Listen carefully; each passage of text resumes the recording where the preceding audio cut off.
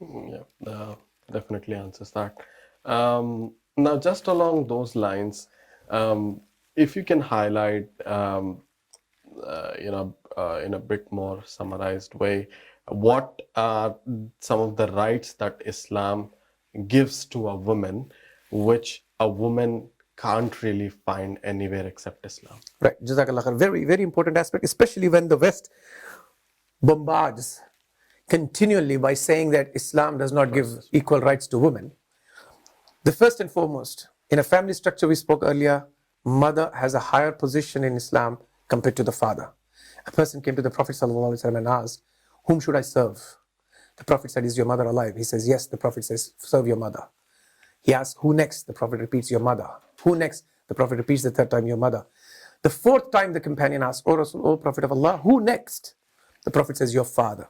So the three times, the continuous repetition of the Prophet about mother clearly emphasizes the higher position and status of mother compared to the father.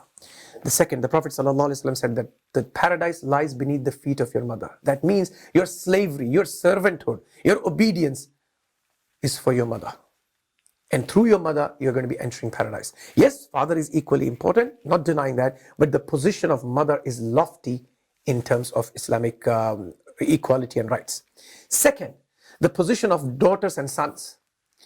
A person came to the Prophet and said, I've got three daughters. The Prophet said, in that time, you remember, in that time, if you go back, the daughters were buried alive because people thought that daughters were either cursed or they will bring financial trouble to the family, or this was the ego of the society of that time that they wanted to kill their daughters because they thought daughters are inferior to the sons.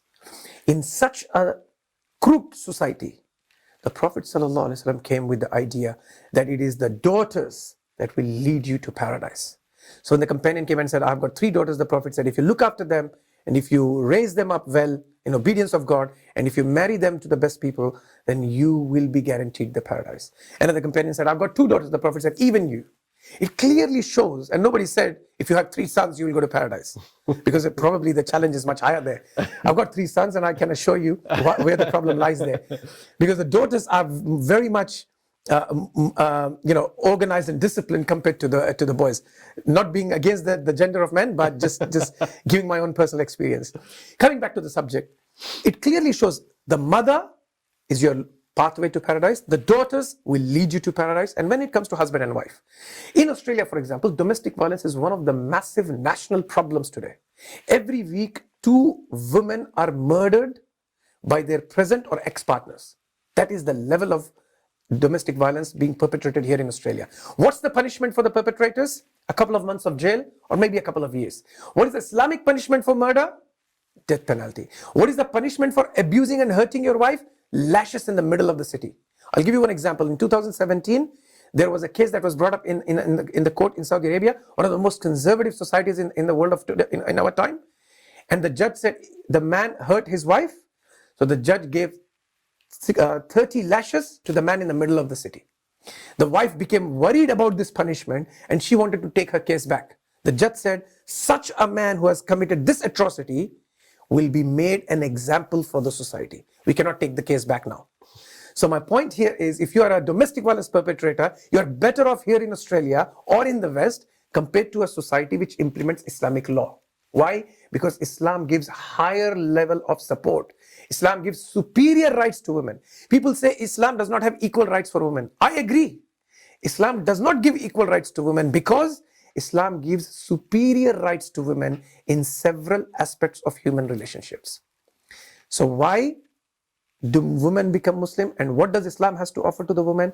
This is the most powerful teaching that Islam offers, that the perpetrators against women will be harmed, will be punished. If somebody commits sexual assault or rape, there is almost death penalty in certain cases. It clearly shows the severity of punishment that is there in Islam. While the problem is exponentially increasing in the West of sexual assaults, Islam has the absolute solution to it. Early marriage, no intermingling between the sexes, no alcoholism in the society, and gender respect from childhood.